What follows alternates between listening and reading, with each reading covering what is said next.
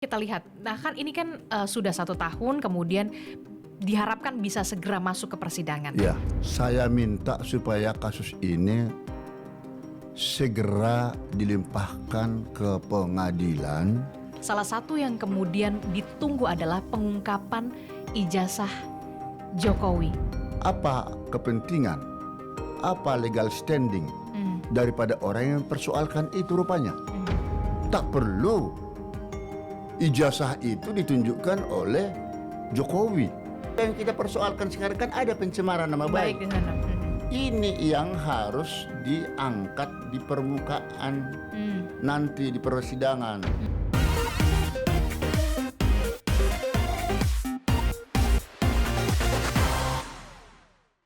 Halo, kembali lagi di On Point with Adistila Rasati. Ada beragam topik dan juga permasalahan yang saat ini menjadi sorotan publik di pekan terakhir kali ini.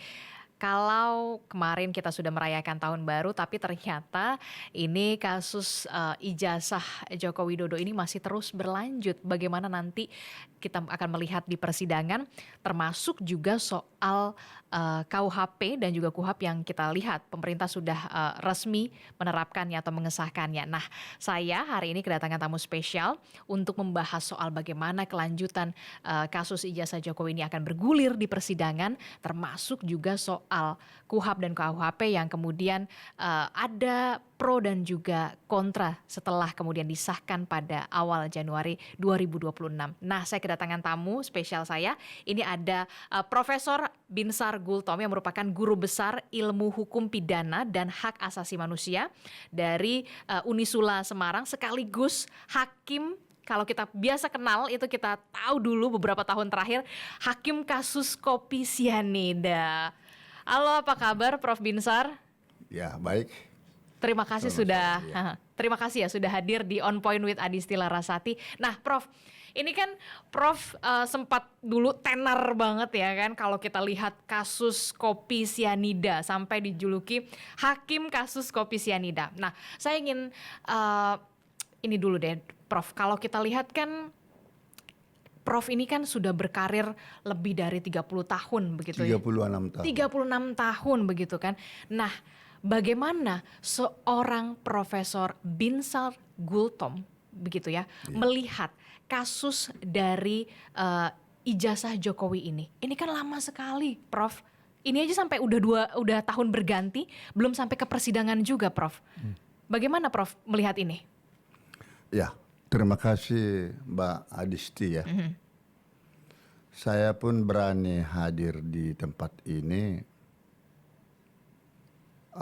untuk mengakhiri polemik ini. Mudah-mudahan apa yang saya sampaikan ini dapat diterima oleh semua pihak. Tanpa sedikit pun saya memihak kepada siapapun. Ya. Jadi untuk mengakhiri polemik ini secepatnya,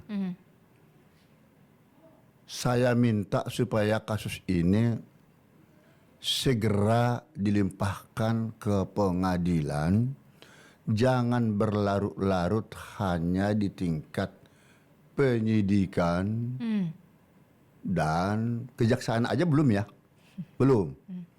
Jadi sudah sejauh mana sekarang hasil-hasil daripada pemeriksaan kasus ijazah tadi ya?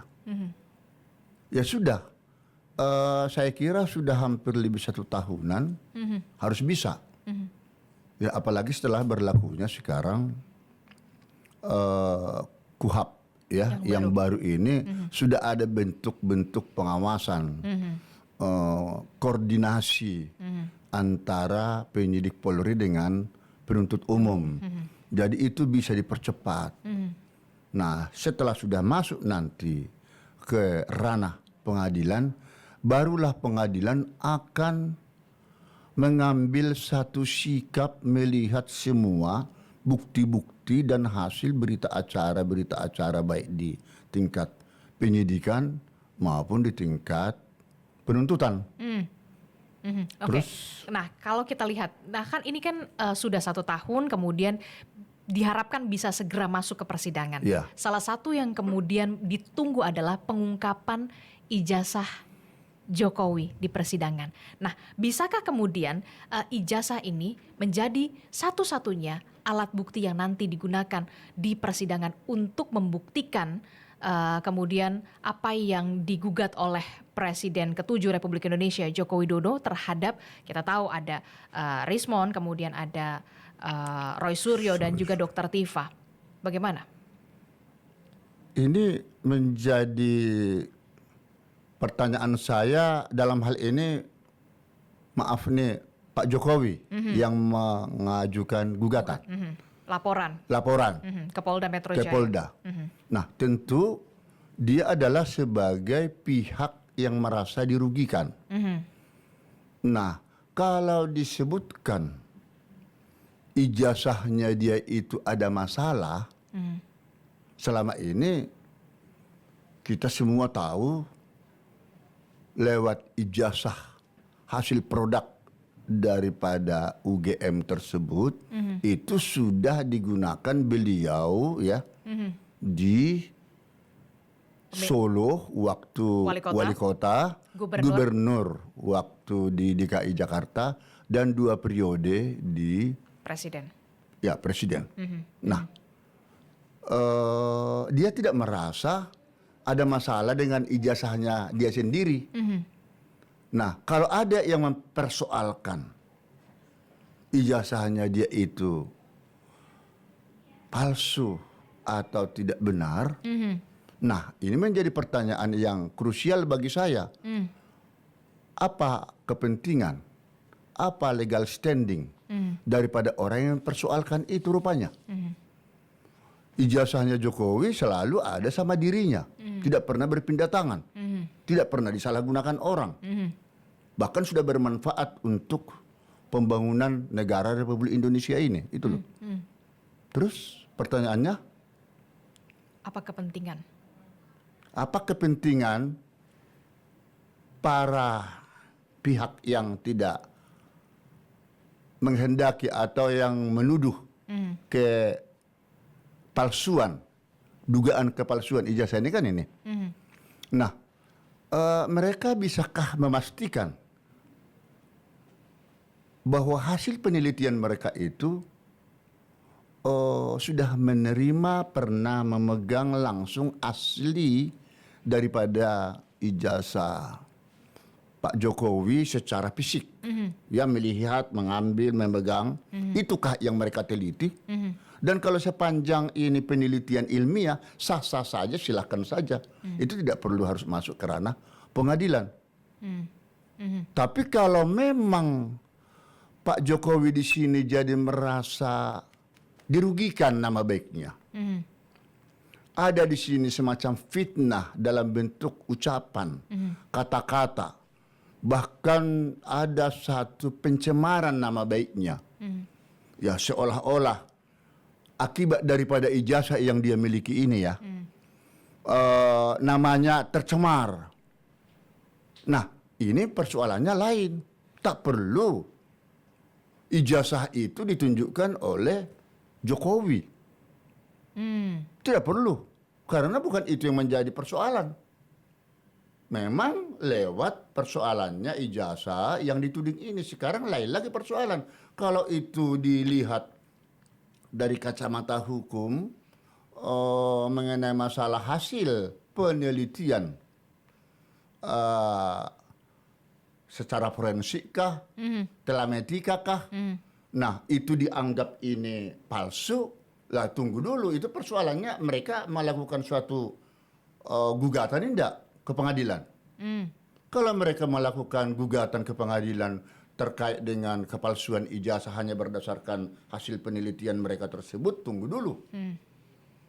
Pengadilan nanti dalam hal ini setelah di dalam pembuktian akan memperhatikan hak atau legal standing daripada para pihak yang keberatan ini di mana. Apa persoalannya? Dan sekarang yang memproduksikan, mengeluarkan, menerbitkan ijazah sertifikat tersebut kan bukan Pak Jokowi, tetapi UGM. Iya, itu mereka harus gugat lagi itu. UGM. Di situ persoalannya. Jadi hati-hati dalam hal ini. Sekarang yang menjadi fokus kita berarti di sini adalah Jokowi telah mengajukan gugatan ya atau laporan kepada Mabes Kapolda Polri dan Polda ya Metro Jaya. untuk segera ini ditindak tegas secara hukum ya pihak yang merasa berkeberatan dengan ijazah yang dia miliki tersebut. Nah, jadi kalau itu persoalannya berarti Jokowi harus bisa membuktikan dalam hal ini nanti pengadilan atau kejaksaan bisa melihat delik-delik atau unsur-unsur mengenai masalah penghinaan atau pencemaran nama baik. Apa saja sih pencemaran nama baik yang sudah ditudingkan kepada Pak Jokowi? Pada dirinya. Iya, baik fitnah maupun pencemaran nama baik. Ada tidak direndahkan harkat martabatnya, kan begitu? Oke, nah sebagai hakim yang sudah 36 tahun, kita juga kan saya sebagai orang yang awam dengan hukum begitu ya. Ini kan persidangan, kalau memang ini sampai nanti ke persidangan begitu. Iya. Nah ini kan kasus pertama ya, kasus pertama untuk seorang pemimpin negara. Iya. Soal permasalahan mantan pemimpin negara, Presiden ke-7 Republik Indonesia, begitu ya. Soal ijazah yang ingin saya tanyakan, nanti akan seperti apa gambaran di persidangan? Apakah nanti akan ada pembuktian dari pihak kampus, dari UGM, kemudian soal ijazahnya juga nanti akan diperlihatkan, dan juga termasuk nanti pembuktian dari pihak terlapor begitu ya? Seperti apa?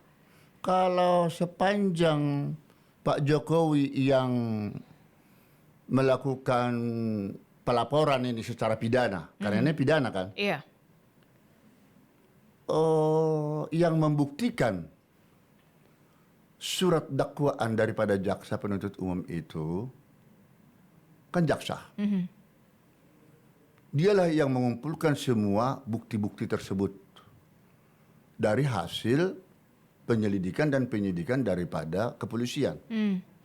Nah, jadi hakim nanti akan menilai semua itu. Nah, kalau memang dipandang perlu nanti, tapi kembali lagi, saya jangan masuk dulu kepada teknis mengenai masalah ijazahnya. Karena yang kita persoalkan sekarang kan ada pencemaran nama baik. Di sana. Ini yang harus diangkat di permukaan nanti di persidangan. Apa saja sih yang dicemarkan, direndahkan martabat daripada Pak Jokowi. Itu yang dibuat oleh jaksa penuntut umum nanti surat dakwaannya.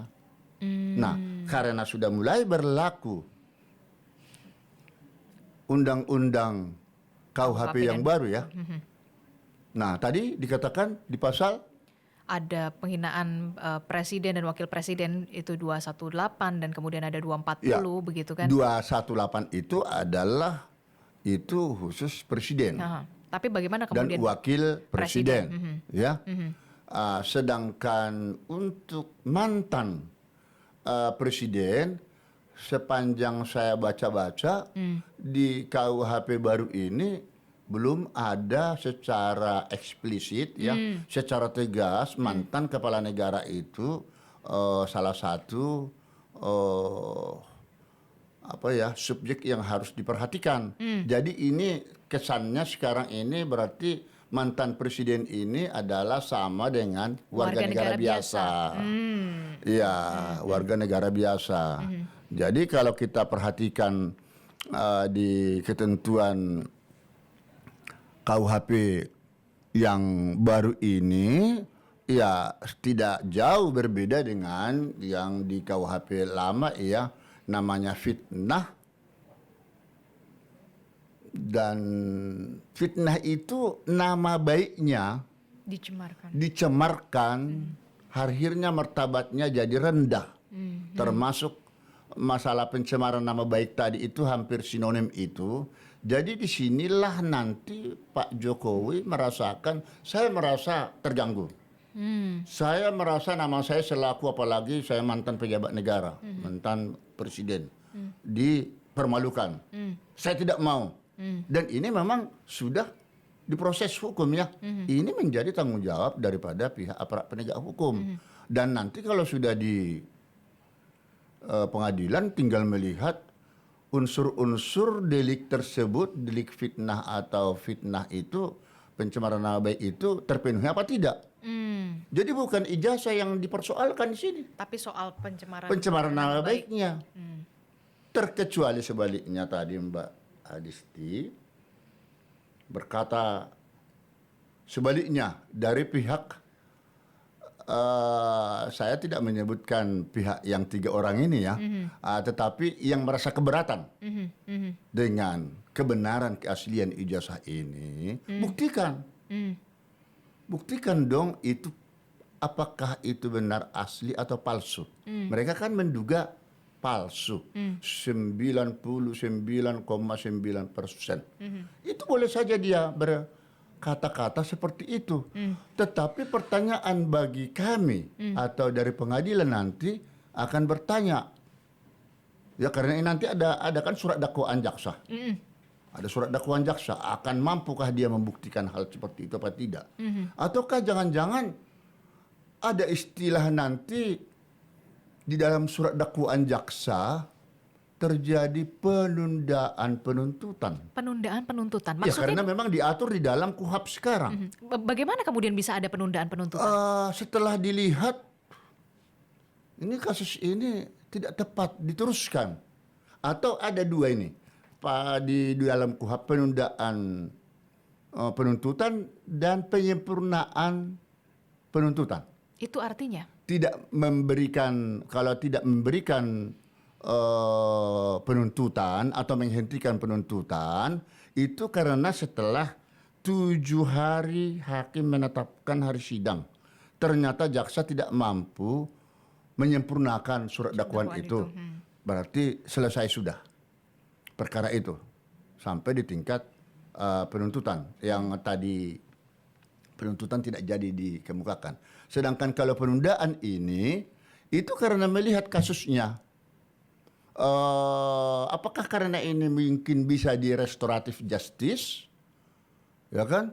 Atau mungkin karena perkara ini tidak layak. Karena andai kata pun masuk ini nanti ke pengadilan, saya mudah-mudahan pendapat saya ini tidak benar ya, saya tidak menggurui para rekan-rekan hakim, tetapi dengan pengalaman saya yang sampai 36 tahun jadi hakim ini, kekhawatiran saya ini tidak dapat diterima oleh pengadilan nanti gugatan mereka yang menuduh kepalsuan ijazah ini. Niet on van kelis verkelar. Karena syarat formal tidak terpenuhi. Artinya hak legal standing mereka, kepentingan mereka menuduh, mengatakan itu tidak benar. Di mananya? Apa yang dirugikan? Apalagi kalau mereka ke Mahkamah Konstitusi, lebih tajam lagi. Hak-hak konstitusionalnya harus disinggung itu. Tapi di pengadilan pun hak legal standing itu dipersoalkan. Kalau tidak punya kepentingan dia menggugatnya, itu obskur libel. Ya. Dan dia juga tidak boleh hanya menuding Jokowinya. Tapi UGM-nya harus dipersoalkan juga. Iya, dan itu banyak sekali nanti saksi-saksi. Saksi forensik telematika di berbagai tingkat penyidikan boleh aja dilakukan. Ya, silahkan. Sampai ratusan pun terserah. Tapi di pengadilan nanti pasti hakim akan menyaring saksi-saksi ahli ini.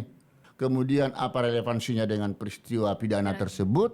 Kalau tidak ada dikesampingkan semua itu. Kalau ada penudingan, hakimnya harus memiliki keahlian teknologi. Berbagai forensik segala macam. Saya kira sambil menunggu perkara ini berjalan ya di tingkat penyidikan dan penuntutan di kejaksaan, karena itu diproses lagi nanti di kejaksaan ya. Mahkamah Agung pun saya kira akan mengambil sikap nih, mencari hakim-hakim yang memiliki keahlian teknologi. Iya. Dan dalam hal ini juga pun hakim tidak ada alasan menolak suatu perkara yang diajukan kepadanya, walaupun hukumnya tidak jelas, tapi hakim wajib tahu hukum, harus bisa. Kalau dikatakan, oh, tidak percaya saya dengan hakim itu, dia bilang mau kemana dia? Jadi ini semua saya lihat simpang siur ini semua sampai ada Gelar perkara gelar khusus perkara khusus di Barreskrim. masih ke UI lagi katanya. Ini sih nggak dipercaya semua, itu lembaga negara wajib dipercaya, nggak boleh. Ya mutlak. Justru kalau saya melihat itu, justru lembaga-lembaga perguruan tinggi itu harus tunduk kepada lembaga negara yang ada seperti Lapkrim itu. Oke. Untuk mengakhiri polemik ini memang harus Segera masuk ke pengadilan perkara ini. Itu jawaban satu-satunya. Iya, betul. Dan ini karena sekarang ini yang mengajukan gugatan baru Jokowi terkait dengan pencemaran nama baiknya, ya mari itu paling mudah pembuktiannya itu. Sejauh mana pasal-pasal yang didakwakan kepada ketiga rekan-rekan ini terbukti. Tetapi ingat, ini bukan ijazah yang menjadi persoalan, tapi soal pencemaran nama baik. Nah, jadi ini harus digarisbawahi ya. Ya, itu harus. Jadi tidak terlalu penting, saya kira saksi-saksi ahli dari mana-mana atau UGM itu urusan jaksa lah. Urusan jaksa dong yang menghadirkan ahli-ahli terkait dengan pencemaran nama baik tersebut, bukan terkait dengan persoalan dugaan palsu ijazah, bukan. Kecuali nanti sebaliknya RRT ini melakukan gugatan sebaliknya terkait dengan ketidakaslian ijazah ini, barulah itu akan dihadirkan oleh mereka ahli-ahli. Tapi kan mereka bukan sebagai tersangka nanti atau terdakwa di situ, tetapi adalah sebagai penggugat dalam hal ini juga kan itu. Itu silakan. Tetapi saya tadi sudah memberitahukan ujung-ujungnya itu, pernah tidak mereka meneliti langsung asli ijazah tersebut? Kalau tidak pernah, lebih bagus stop lah. Saya khawatir nanti itu akan menjadi bumerang atau menjadi persoalan. Karena itulah nanti ada istilah, apa tadi yang saya katakan, NO, tidak dapat diterima, niet onvankelis perkelar. Tapi niet onvankelis perkelar berbeda dengan ditolak. Kalau NO ini tidak dapat diterima ini, dengan faktor-faktor? Belum memeriksa pokok perkara, baru syarat formal. Kalau ditolak, sudah memeriksa materi perkara. Jadi kalau sudah pernah ditolak, tidak boleh lagi diajukan ke persidangan kasus yang sama. Kalau sudah nebis in idem. Tapi kalau NO tidak diterima, karena ini syarat formal belum terpenuhi, masih bisa dia mengajukan lagi gugatan baru, tetapi dengan syarat harus dia punya kepentingan dengan kerugian bagi dia ijazah itu. Nah, kalau misalnya membawa citizen, ya, warga, masyarakat, silahkan aja. Merasa enggak orang-orang itu punya kepentingan? Karena itu, kalau begitu ajukan gugatan kelompok dong. Class action. Itu beda lagi. Beda lagi. Class action ini nanti harus ada persamaan kerugian yang mereka derita, tapi harus konkret kerugian yang diderita mereka itu mengenai apa. Ada yang merasa sakit hatinya, ini demi negara, pemerintah saja belum mengambil sikap, dan ini tidak menutup kemungkinan Presiden Prabowo nanti akan mengambil alih di sini kalau ada misalnya abolisi, amnesti segala macam, itu kewenangan beliau. Seberapa besar potensi itu? Bisa terjadi. Kalau ini dianggap ini menjadi membawa suatu keonaran, permasalahan yang tidak jelas ujung-ujungnya, ini harus memang tuntas. Makanya harus segera selesai ini. Saya kehadiran saya di sini, saya harapkan ini selesai. Saya menghimbau juga kepada Bapak Presiden segera memperhatikan polemik persoalan ini. Karena saya memang sudah berlarut-larut dan sudah lama. Tapi kalau mengenai pencemaran nama baik tidak perlu dicampuri. Mohon izin tidak perlu dicampuri. Tapi kalau sudah menyangkut mereka yang melakukan penyerangan atas ijazah palsu ini yang belum jelas persoalannya, ya itu hanya diperiksa melalui fotokopi atau dari hasil scan atau dari hasil apalah itu namanya, wah itu tak logis. Ya, lebih bagus itu di stop. Ya, kalau dikatakan tadinya ada sempat katanya mau ada win-win solution, damai, restoratif justice kembali, ya saya kira harus berbesar hati ya. Tapi Jokowi mau enggak? Itu menjadi pertanyaan. Tapi mengenai pencemaran nama baik tidak ada hubungannya. Tidak ada hubungannya. Jalan terus. Tapi kalau mengenai ijazah palsu atau tidaknya, saya kira berbesar hati juga di sini ijazah Pak Jokowi, restoratif justice-nya bisa terjadi dengan RRT ini. Oke. Itu tadi soal ijazah. Tadi juga sempat saya tertarik soal pasal penghinaan presiden dan wakil presiden begitu kan. Berarti yang untuk kasus Joko Widodo ini memang masuk sebagai warga negara begitu ya, karena di biasa. KUHP dan KUHP itu memang belum mengatur detail secara itu begitu ya. Iya. Nah, ini kan kita lihat problematik yang saat ini mengemuka adalah soal pasal penghinaan terhadap presiden, wakil presiden begitu ya, dan juga ada beberapa lembaga negara.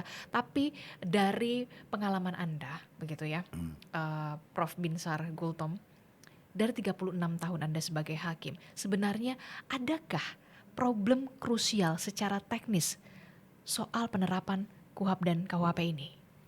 Khusus mengenai pasal 218 ya,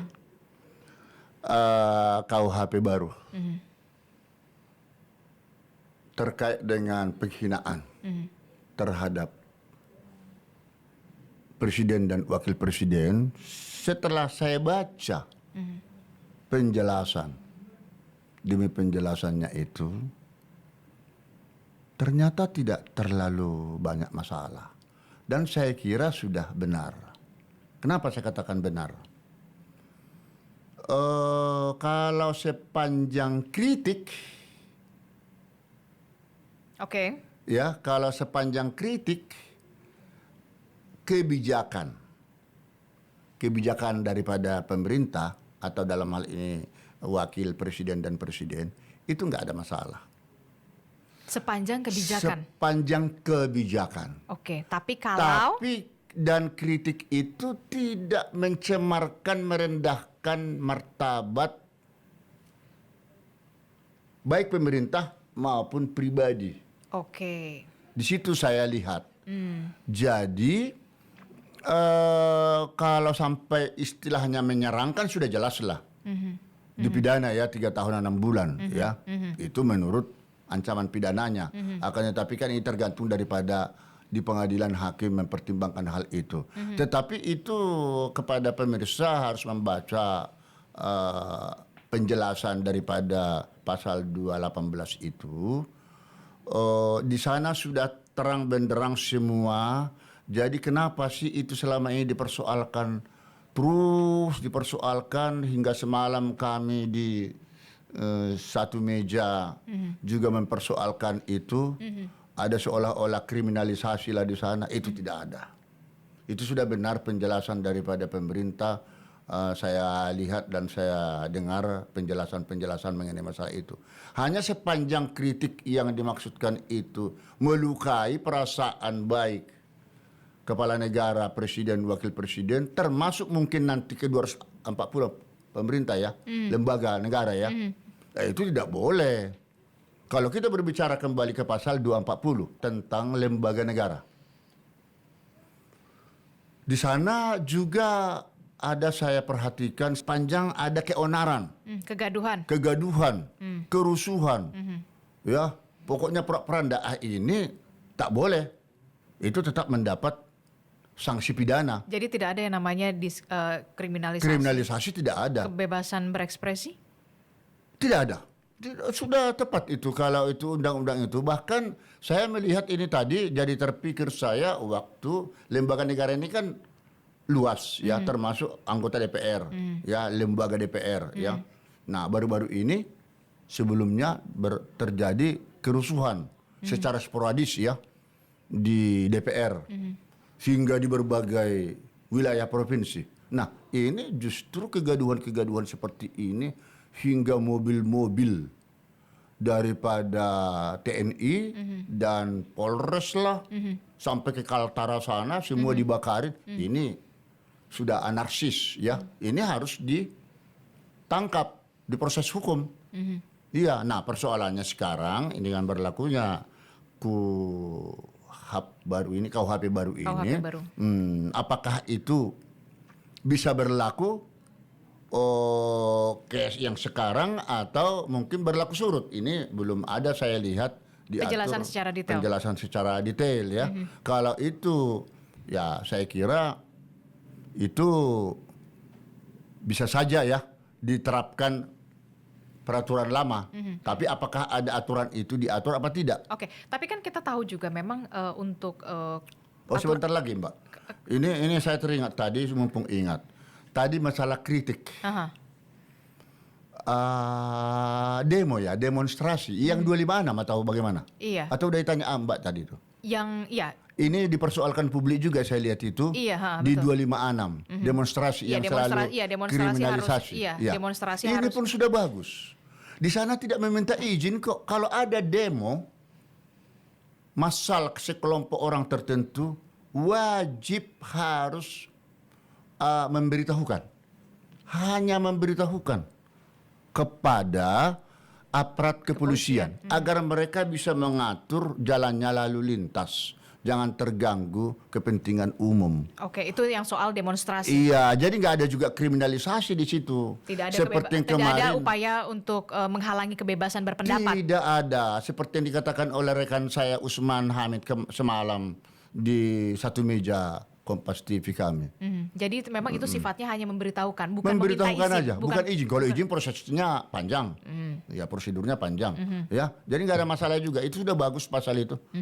Ya. Nah ini kan juga kita lihat ya soal aturan ini KUHP baru ini kan juga memang kan digugat ya begitu ya di Mahkamah Konstitusi. Mahkamah Konstitusi. Bukan hanya KUHP, KUHP juga. KUHP juga. Nah itu yang kemudian jadi pertanyaan saya selanjutnya. Bagaimana kemudian nanti arahnya ke depannya? Kalau memang itu dibatalkan atau seperti apa, dan apa yang bisa dilakukan oleh pemerintah dalam ini? Apakah memang di tengah jalan ini bisa direvisi atau seperti apa sebenarnya? Karena memang banyak juga suara-suara pro dan juga kontra soal ini. Saya sebelum menjawab itu lebih bagus saya sampaikan dulu. Sebenarnya cukup banyak memang persoalan krusial dengan KUHP dan KUHP yang baru ini. Salah satunya soal pengamatan hakim. Iya. Jadi yang sudah dikemukakan oleh para pihak termasuk LBH ya dari warga sipil, saya tidak perlu terlalu banyak lagi mempersoalkan itu. Tapi selama ini dari kalangan hakim, tidak ada yang berani ngomong. Harus ada izin masalahnya dari pimpinan. Makanya karena jadi Anda makanya saya sekarang. Karena Anda pernah berkarir selama 36 tahun. Bagaimana unek-unek dari hakim sendiri Ya sebenarnya? ini yang belum pernah saya lihat diungkap. Saya mau sampaikan pertama dulu unek-unek dari saya selaku yang pernah mengalami hakim 36 tahun. Oke. Pertama, pengamatan hakim. Pengamatan hakim. Dijadikan itu jadi alat bukti. Aneh saya pikir. Masa saya hanya memandang seseorang terdakwa keterangannya Di persidangan itu sudah jadi alat bukti. Wah ini cilaka ini. Kalau sudah begini, tidak tepat. Dan menghilangkan petunjuk sebagai alat bukti. Saya mau sampaikan dulu alat bukti pengamatan hakim ini ya. Pengamatan hakim itu muncul dari petunjuk. Petunjuk itu adalah persesuaian antara keterangan saksi yang satu dengan yang lain. Apakah bersesuaian atau tidak. Kalau bersesuaian, berarti inilah alat bukti yang sempurna. Hakim akan mempunyai keyakinan. Memang ada dulu di KUHP lama 2 minimal alat bukti. Hakim sudah yakin pelakunya dan itu dapat diputuskan. Tapi kalau sekarang kan alat bukti itu saya lihat cukup banyak. Selain alat bukti keterangan saksi, ahli, eh, kemudian ada nih sekarang ini elektronik, Oke. ya, CCTV, kemudian sekarang pengamatan hakim, petunjuk dan segala sesuatu yang tidak melanggar PMH, perbuatan melawan hukum, on rehmati hidat. Itu ada dua di situ yang saya persoalkan.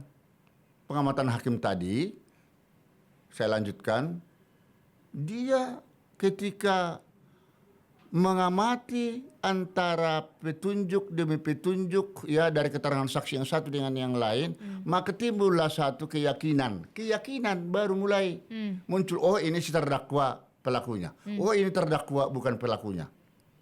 Jadi yang bisa dijadikan alat bukti adalah putusan hakim, bukan pengamatan hakim. Pengamatan hakim ini masih mentah, masih proses. Itu maksudnya. Sedangkan petunjuk itu sebaiknya dimasukkan kembali. Oh, oke. Dimasukkan sebagai alat bukti. Lalu dikaitkan lagi dengan alat bukti segala sesuatu yang berhubungan dengan yang tidak ada hubungannya dengan pelanggaran melawan hukum PMH. Ini pun terlalu obskur, terlalu abstrak. Untuk apa alat bukti saksi misalnya disumpah di pengadilan?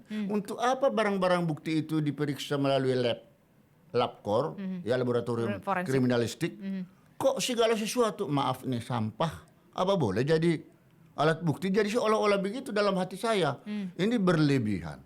Jadi ini sepertinya nanti akan dilakukan juga gugatan ke MK ini. Itu satu. Ya.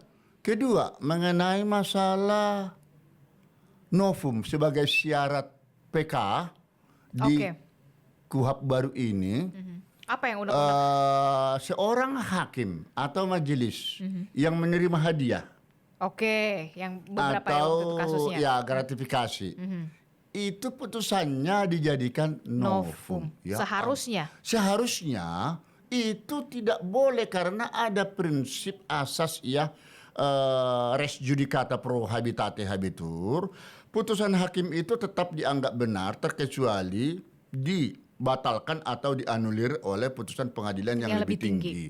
Kalau ada dugaan salah satu hakim atau majelis yang menerima suap, silakan proses hukum dia, tangkap, tahan hingga ditahan. Tapi di dalam KUHP baru sekarang harus mendapat izin terlebih dahulu dari Ketua Mahkamah Agung kalau mau ditahan, kan begitu. Nah, jadi hal ini harus dibuang, dihapus. Tidak boleh ini. Ini menjadi persoalan nanti. Oke, kalau hakimnya terbukti menerima suap dan segala macam, tangkap hakimnya, adili hakimnya. Putusan tetap benar. Putusan tetap berlaku. Iya. Sampai ada putusan yang ingkrah. yang lebih tinggi dari Yang itu. lebih tinggi daripada silakan banding. Silakan banding. Silakan kasasi. Silakan peninjauan kembali, itu loh maksudnya. Oh, oke. Nah, kemudian ada lagi yang saya lihat di dalam putusan bebas. Itu tidak ada upaya hukumnya di dalam KUHP baru ini. Apakah putusan bebas atau free spark itu upaya hukumnya tidak ada, hanya selesai sudah di tingkat pertama, atau memang putusan bebas itu sama dengan putusan biasa, misalnya 5 tahun diputus, banding,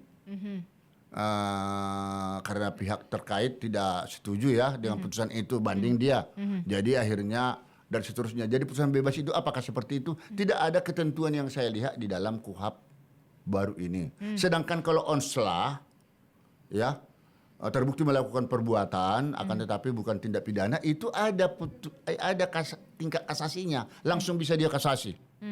Dia tidak bisa banding. Nah itu.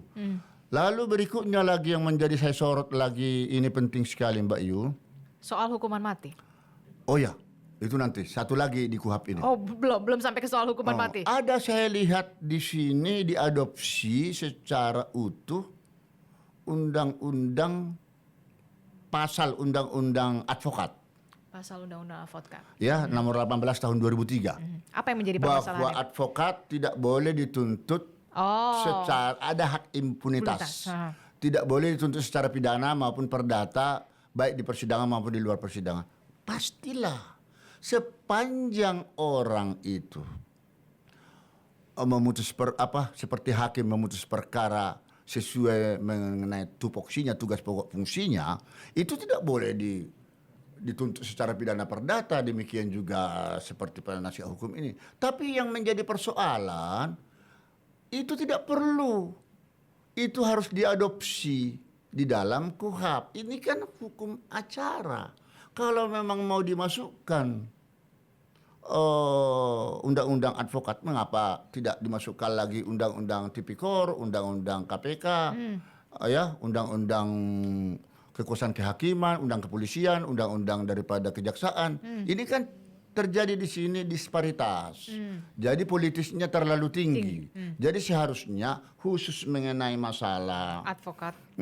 yang tidak boleh dituntut secara pidana maupun perdata. Enggak usah, apa yang sudah jelas persoalannya enggak usah dibuktikan. Kan itu. Udah jelas lah kalau orang berbuat baik, ya masa sih kita tuntut.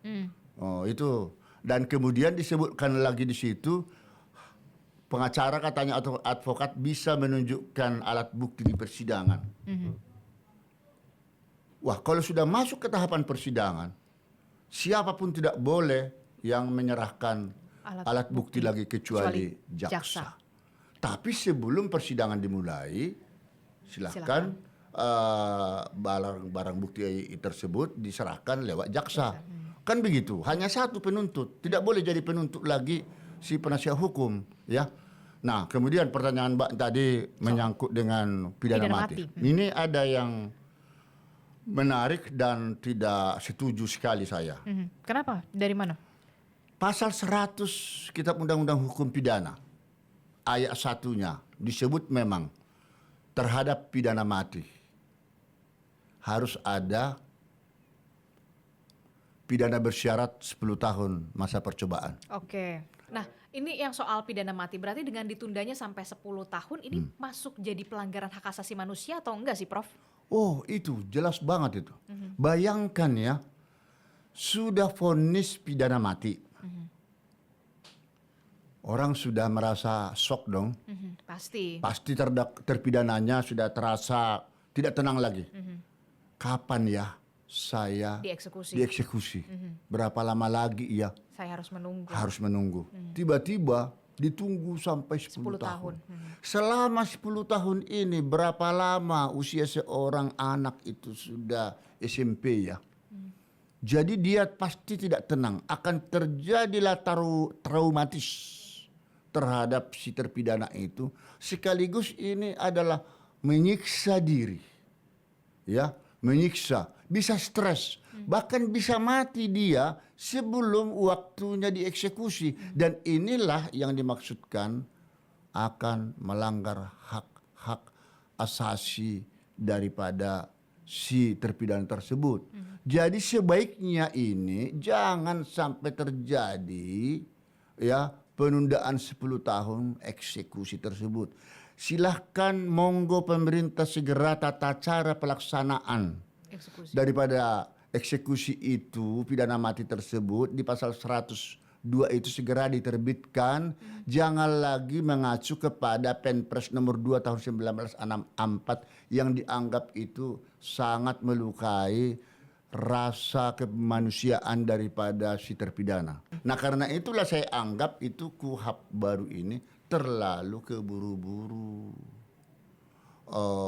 diberlakukan. Akhirnya terjadilah seperti ini. Tapi karena sudah dianggap ini sah semuanya, mau bilang apa lagi? Pertanyaan Mbak tadi masih ingat saya, kan sekarang sudah puluhan di MK dilakukan judicial review. Judicial review. Nah, jadi apa tadi pertanyaannya mengenai itu?